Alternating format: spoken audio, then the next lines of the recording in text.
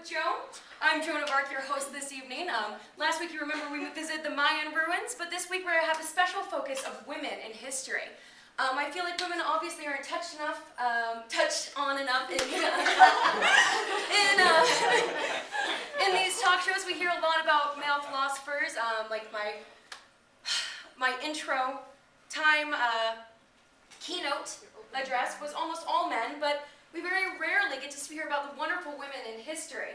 So I'm going to be we're going to kick it real old school today. I'm going to go through my time traveling machine, and we're going to maybe see what some of the women in history had. Applause.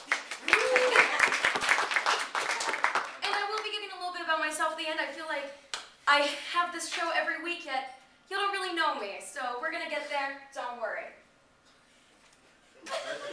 She's good. Nice.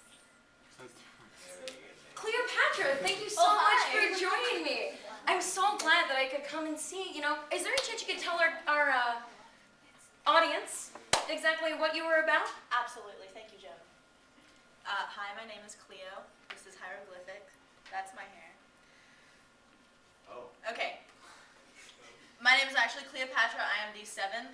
I was born in 69 BCE. My family ruled about 100 years before I did. My great multiple grandfather was Ptolemy, who was a Greek general that helped Alexander the Great conquer Egypt and rule. After Alexander died in 323 BCE, Ptolemy became the ruler, and 100 years later, I was born. 11 years after that, I had learned to govern from my father, who was Ptolemy the maybe 12th. And I was multilingual. In 51 BCE, I became a partial ruler after marrying my brother. He was Ptolemy the 13th, and sometimes that's the only way to rule, to marry into the family. I did that for a second time. I was married also to the 14th Ptolemy. I shared rule for 3 years with Ptolemy the 13th, but after he won government, he pretty much kicked me out, and I fled in 48 BCE. When I befriended Julius Caesar, who was the Roman ruler, through my charm and my intellect, I won him over to come and...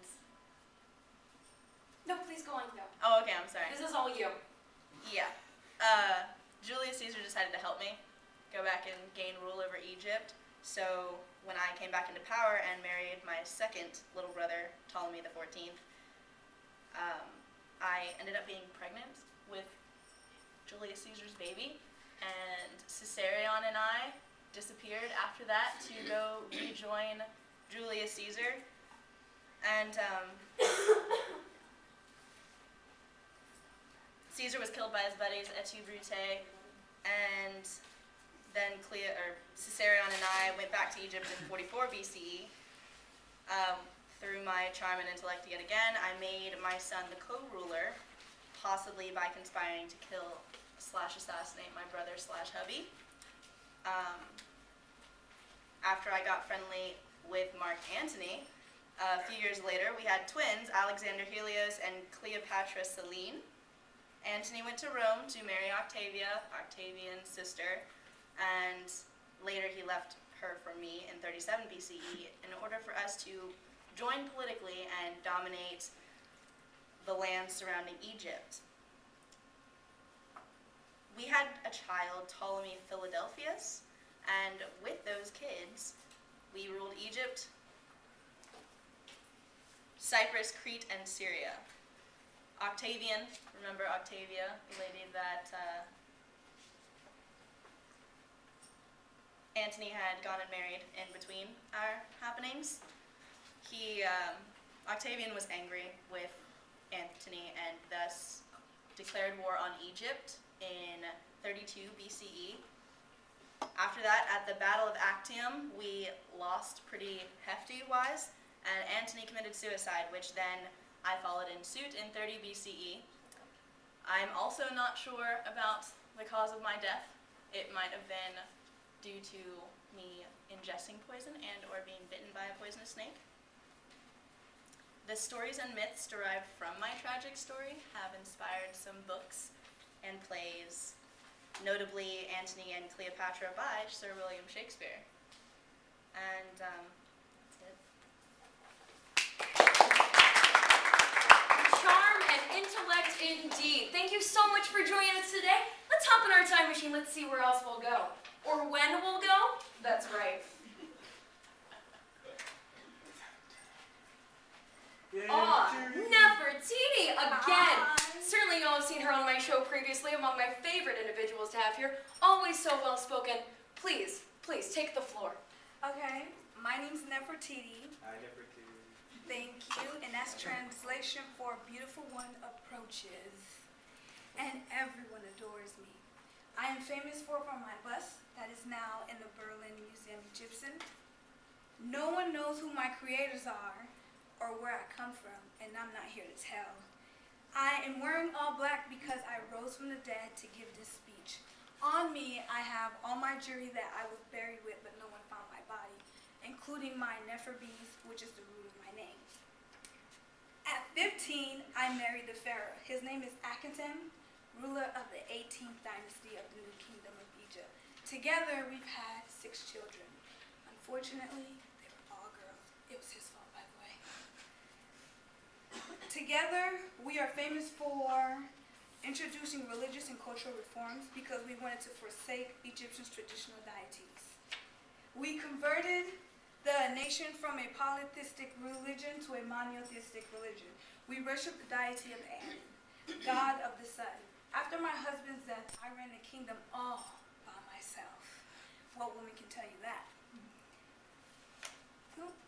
I was respected by my people and adored over and over again. I had statues and monuments everywhere you went, more than any other woman ruler in my time, which is 1330 BC, by the way. Suddenly, I mysteriously disappeared, and my body is yet to be found. One of my daughters and my stepson from one of my husband's mistresses took the throne. Am I upset? No, because my daughter still took the throne. It runs in the family. For many years to come, I am remembered for my impeccable beauty and for my husband's religious revolution. There are no pictures or mentions of me from this point on, except for the speculations of my disappearance, and I am here to keep it that way. And that's me, Nefertiti. Considering we don't even know where your body is, you're looking very good, Nefertiti. Thank you so much for joining us today. Thank you. Let's see where we're going next. Or when. Queen Esther, come on. Welcome to the show.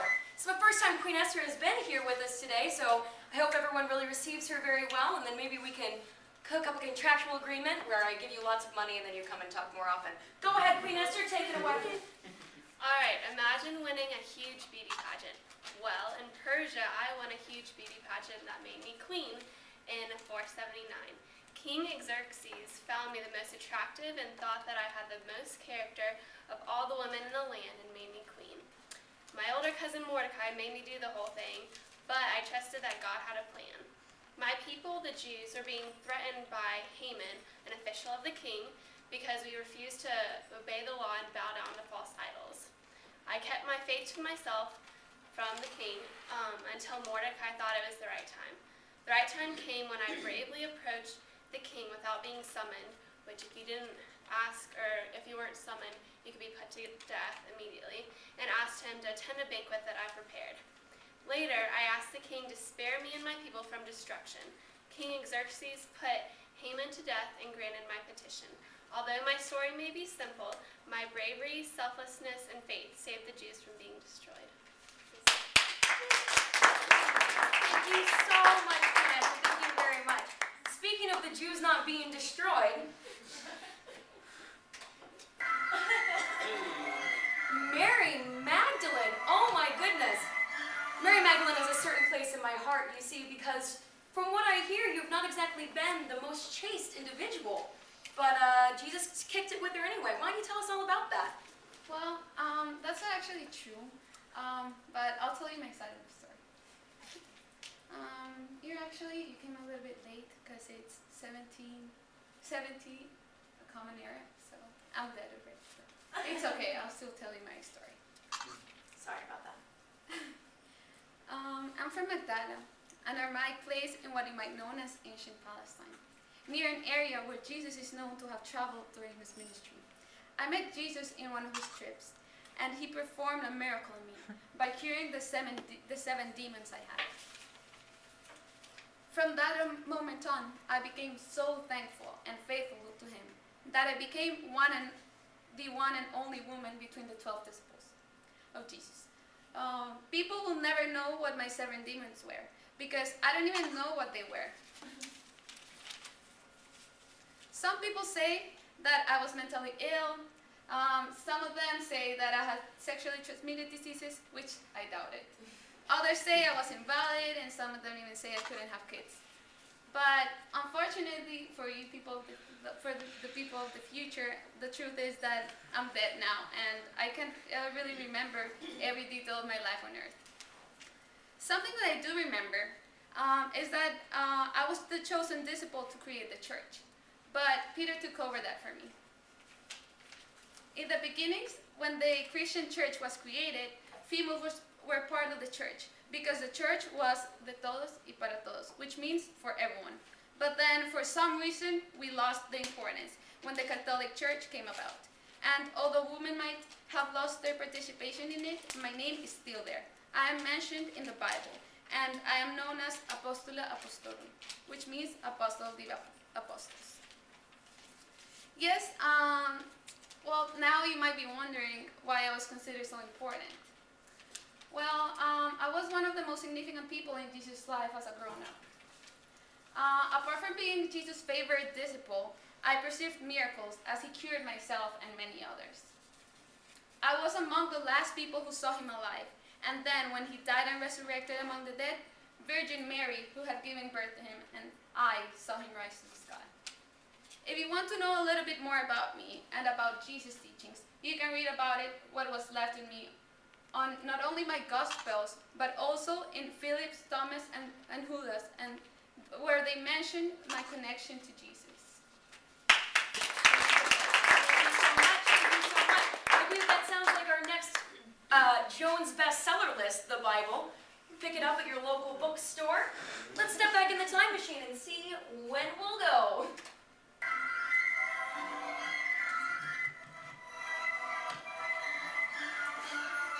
Empress Matilda, you're looking a little paranoid.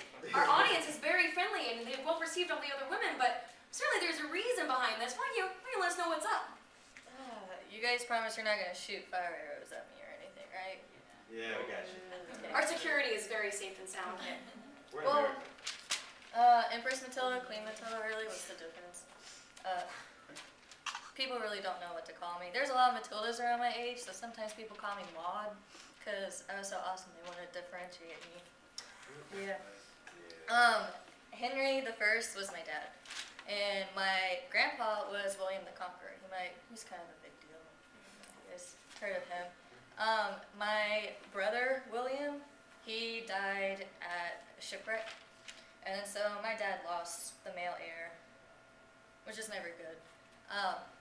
I got engaged when I was 8, and then I got married when I was 12. And when I got married, the guy was 35. He was a Holy Roman Emperor. And so that's where you get the Empress Matilda. Pope never actually called me Empress Matilda, but come on, I was married to an emperor. What's a female emperor? Yeah. And it wasn't so bad.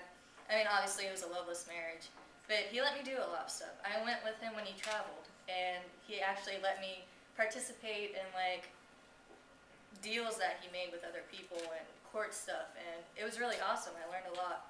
And he actually had to leave Italy for a little while, and he left the army with me and let me take control. So I held things down. I was 16, and I didn't send the army after everybody I hated. I think that was a pretty good job. He ended up dying when I was 23, and I ran home to my daddy, and my dad was flipping out, and he went behind my back and had this meeting with all his knights and stuff. And he was like, I want you guys to promise me that when I'm gone, if I don't have a male heir by then, because my mom was dead long, long ago, didn't stop her from having sex though. He said that he wanted me to be the female king, queen, female king. They all swore like faithfully to him, especially my cousin Stephen, who was like one of my favorite people, him and my dad. And so my dad he remarried a girl that was about my age, and he tried to get her pregnant, but nothing ever happened. He ended up going behind my back again and making me marry this guy. I was 23. I had to marry somebody who was 13. I was kind of angry about that, and he was a jerk. So we yelled a lot, and we argued a lot, and we got separated a lot, but somehow we had 3 kids, and not very proud of that. Love my sons. Hate my father. At one point, we went and we visited Grandpa, because that's what you do when you have grandkids, and he loved them. They were like the light of his life. Well, my husband, being the jerk that is, he gets in a fight with my dad while I'm pregnant, and so everybody's flipping out, and so I just have to go back home. Once I go back home, my dad dies. And then, since I'm not there, my cousin, who was like my best friend, snapped her from the throne under my feet. He was like, okay, I'm going to be king, because you guys don't want a female king, do you? And they're like, no, because they're guys. And then, no offense to you modern guys, but your ancestors were jerks. And so, I was very angry, because this was like the one thing that my dad was able to lead me. And I kind of caused a war in England. Whoops. Kind of wanted the crown back. And then, so war happened, a civil war, and that's where you get the Battle of Anarchy. People were all flipping out. Citizens didn't know who to support. They didn't want a female king, but they wanted to respect the king's wishes, and it was just all very, very complicated. Because I had so much experience with the military, I mean, I had an army when I was 16. What can Stephen have against that? I mean, come on. I ended up capturing him with the help of one of my half-brothers. He was illegitimate, so he couldn't get the throne. And I was still very angry at him, so I threw him in the prison, and I kept him there. And that made his wife angry. Her name was also Matilda. She wasn't as awesome as me, though. And then she ended up capturing my half-brother and was like, I'll give you him back if you give me my husband back. Like, okay, whatever. Well, the time that he was king, you can even read textbooks now, and they describe him as being very handsome and very nice. Like, I'm not saying he was a bad person. I mean, he did betray me, and that really sucked. But people do what they gotta do. But it's just he wasn't a good ruler. He didn't like punishing people. What kind of king doesn't punish people? Nobody's gonna respect you. And that's where I come in. If I was a guy, none of this would have ever happened. It was just, I had all the good qualities of a male. I was firm. I didn't take crap. I had lots of experience in ruling, and Stephen just wanted to make everybody happy. And so he kind of failed as a king. And his wife was smarter than him. There was mobs of people. They went after me. That's kind of why I reacted like that. I had to travel across the country in a coffin with holes in it. And then at one point, he was trying to kill me like when I was sleeping. So I put on a white cloak while it was snowing, and I exited my window with a rope. And then I ran across the snow and across a frozen stream. It's pretty awesome. And I went away to safety. And after that, when Stephen was released, he was king no matter what I did. And so I just finally stepped back because I have enough pride and sense. And my son, my only surviving son, Henry II, also kind of a big deal. He took my place because he wanted to get the name back. And so finally they reached a deal, him and Stephen. Stephen was like, I'll be king for the rest of my life, but after that, instead of giving my throne to Esther, which was his son, he gave it to my son. And so he died eventually, and I helped Henry rule the empire.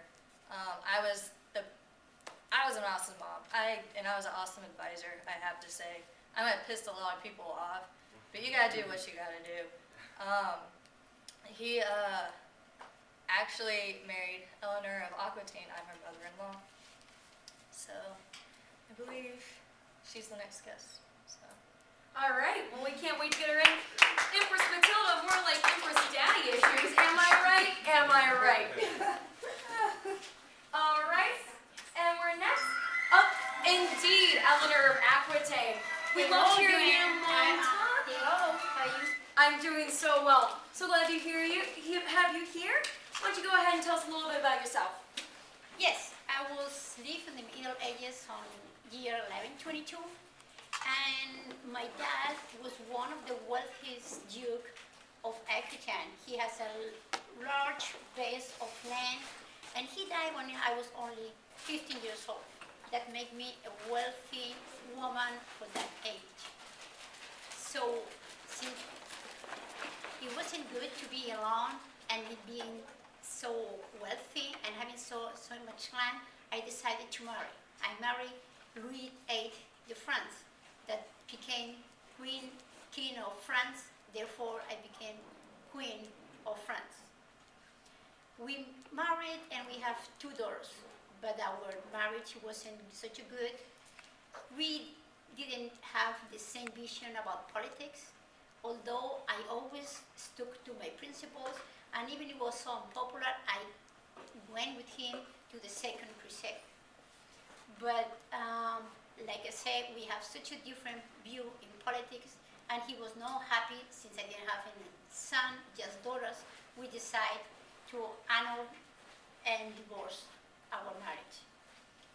So I became very young and divorced, and again, that's not such a good thing, being divorced and being so wealthy.